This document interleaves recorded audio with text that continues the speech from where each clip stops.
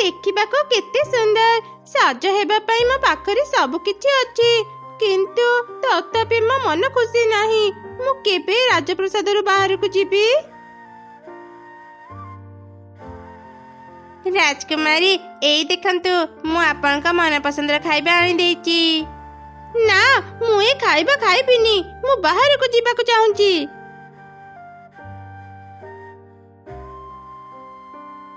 ଶାନ୍ତ ହୁଅନ୍ତୁ ରାଜକୁମାରୀ, ଦୟାକରି ଏମିତି ରାଗନ୍ତୁନି।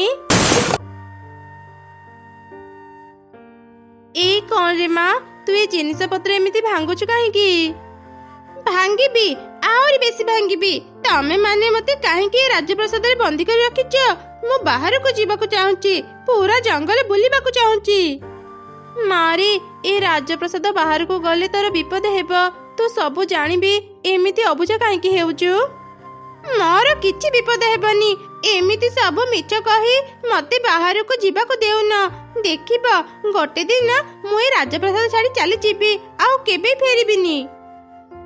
ତୁ ଯିବୁ ରେ ମା, ବାହାରକୁ ନିଶ୍ଚୟ ଯିବୁ, କିନ୍ତୁ ଆଉ କିଛି ଦିନ ଧୈର୍ଯ୍ୟ ଧରି ଅପେକ୍ଷା କର। ତାନ୍ତ୍ରିକ ମା ବାହାରକୁ ଯାଇଛନ୍ତି। ସେ ଫେରିଲେ ପିଶାଚୀର କିଛି ନା କିଛି ବ୍ୟବସ୍ଥା କରିବେ।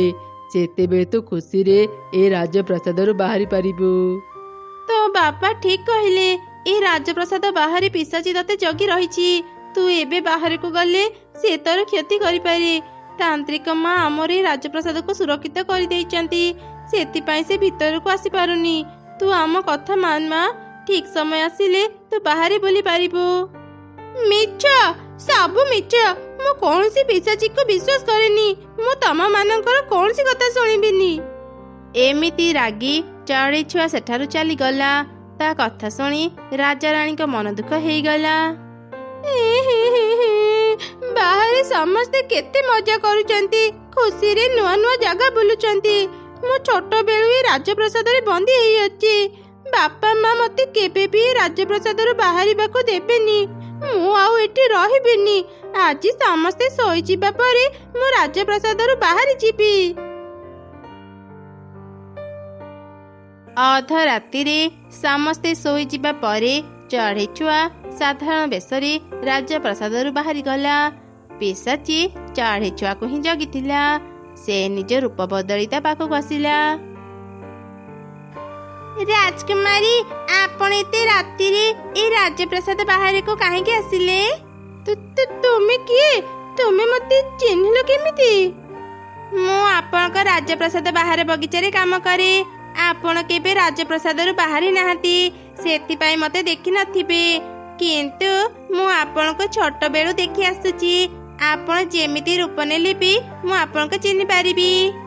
ଦୟାକରି ମୋ କଥା କାହାକୁ ବି କହିବେନି। ମୁଁ ଛୋଟ ବେଳୁ ଆଜି ଯାଏଁ ରାଜପ୍ରସାଦରୁ ବାହାରକୁ ଯାଇନି।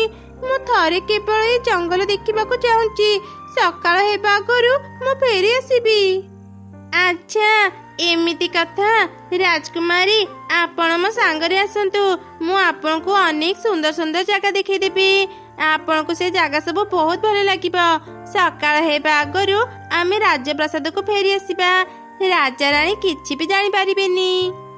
ତୁମେ ସତ କହୁଛ? ତେବେ ଠିକ ଅଛି, ଚାଲ, ମୁଁ ତୁମ ସାଙ୍ଗରେ ଯିବି। ପିଶାଚୀର କଥାକୁ ବିଶ୍ୱାସ କରି ଚଢ଼େଇ ଛୁଆ ତା ସାଙ୍ଗରେ ଗଲା। ପିଶାଚୀ ତା ଯାଦୁରେ ଚଢ଼େଇ ଛୁଆକୁ ଏକ ଘଞ୍ଚ ଜଙ୍ଗଲ ଭିତରକୁ ନେଇଗଲା।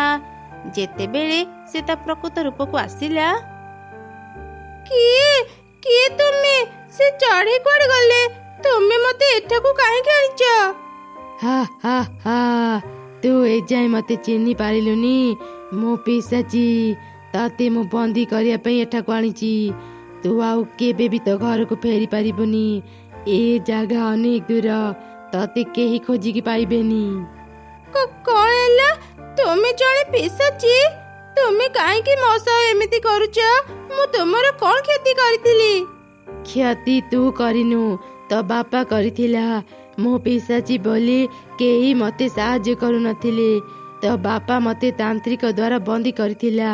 ଅନେକ ଦିନ ପରେ ମୁଁ ମୁକ୍ତ ହେଇଛି। ମୁଁ ତତେ ଶାସ୍ତି ଦେବି। ତୁ କଷ୍ଟ ପାଇଲେ ତୋ ବାପା ମା ବି କଷ୍ଟ ପାଇବେ। ସେତେବେଳେ ମତେ ବହୁତ ଖୁସି ଲାଗିବ। ତୁ ବାହାରେ ବୁଲିବାକୁ ଚାହୁଁଥିଲୁ ନା? ଏବେ ଯା, ଏ ଜଙ୍ଗଲ ସାରା ବୁଲି ବୁଲି ମୋ ପାଇଁ ଖାଇବାକୁ ଯେ ଆଣିବୁ। ଯଦି ନ ଆଣିବୁ ମୁଁ ତତେ ଖାଇଦେବି। ପିଶାଚୀର କଥା ଶୁଣି ଭୟରେ ଚଢ଼େଇ ଛୁଆ ଜଙ୍ଗଲ ଭିତରକୁ ଯାଇ ଖାଇବା ଖୋଜିଲା। ସେପଟେ ରାଜାରାଣୀ ଜାଣିଗଲେ ତାଙ୍କ ଝିଅ ରାଜପ୍ରସାଦରେ ନାହିଁ। ମନ୍ତ୍ରୀ ଶୀଘ୍ର ଯାଅ, ମୋ ଝିଅକୁ ଖୋଜିବ। ସବୁ ଜାଗାରେ ଘୋଷଣା କରିଦିଅ, ଯିଏ ବି ମୋ ଝିଅକୁ ଖୋଜି ଆଣିବ ମୁଁ ତାକୁ ଅନେକ ପୁରସ୍କାର ଦେବି। ଆଜ୍ଞା ମହାରାଜ, ମୁଁ ଏବେ ଯାଉଛି।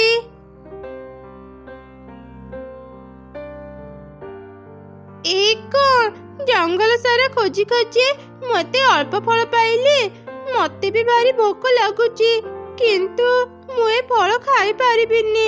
ଏ ସବୁ ଫଳ ମତେ ପିଶାଚୀକୁ ଦେବାକୁ ପଡିବ, ନହେଲେ ସେ ମତେ ଖାଇଦେବ। ଆଜି ଯଦି ମୋ ବାପା ମାଙ୍କ କଥା ମାନି ରାଜପ୍ରସାଦରେ ଥାନ୍ତି, ମୁଁ କେତେ ସାରା ଖାଇବା ଖାଇଥାନ୍ତି। ମା, ବାପା କୋଉଠି ଅଛ? ମତେ ଏଠୁ ନେଇଯାଅ। ଚଢ଼େଇ ଛୁଆ ସେ ଖାଇବା ଆଣି ପିଶାଚୀକୁ ଦେଲା। ପିଶାଚୀ ସେସବୁ ଖାଇଲା। ଏ ସବୁ ଖାଇବାରେ ମୋ ପେଟ ପୁରିଲାନି। ଶୁଣ, ତୁ କାଲିଠୁ ନଦୀରୁ ମାଛ ଧରି ଆଣିବୁ, ଆଉ ମାଛ ଭଜା କରି ମତେ ଦେବୁ। ନହେଲେ ମୁଁ ତୋର କଣ ଅବସ୍ଥା କରିବି ତୁ ଭଲ ଭାବରେ ଜାଣିଛୁ। କିନ୍ତୁ ମୁଁ ମାଛ କେମିତି ଧରିବି?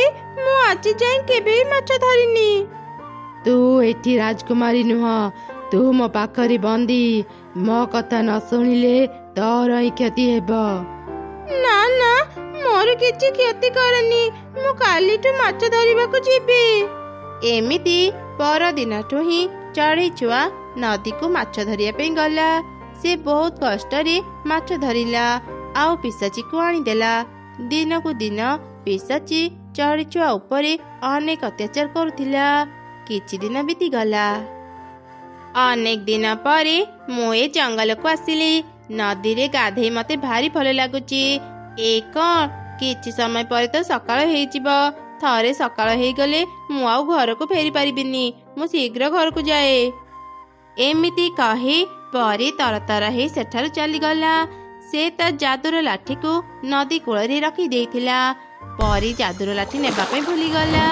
କିଛି ସମୟ ପରେ ନଦୀରେ ଏକ ଢେଉ ଆସି ଯାଦୁର ଲାଠି ପାଣିରେ ଭାସିଗଲା।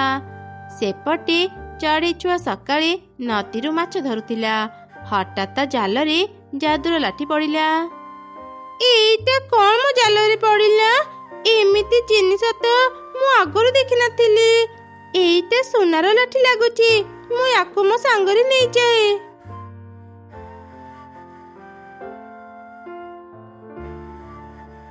ମୁଁ ଏ ସୁନାର ଲାଠି ପିଶାଚୀ ପାଖକୁ ନେଲେ ସେ ମୋ ପାଖରୁ ନେଇଯିବ। ଭଲ ହେବ ମୁଁ ଏ ସୁନା ଲାଠିକୁ ଗୋଲାପ ଗଛ ତଳେ ରଖିଦେଇଥାଏ।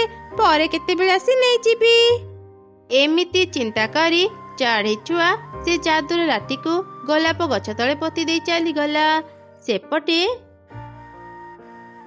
ଆରେ ଆରେ, ମୁଁ ତ ମୋ ଯାଦୁର ଲାଠିକୁ ନଦୀ କୂଳରେ ଛାଡ଼ି ଦେଇ ଆସିଛି। ମୁଁ ଆଜି ଶୀଘ୍ର ଯାଇ ନେଇ ଆସେ।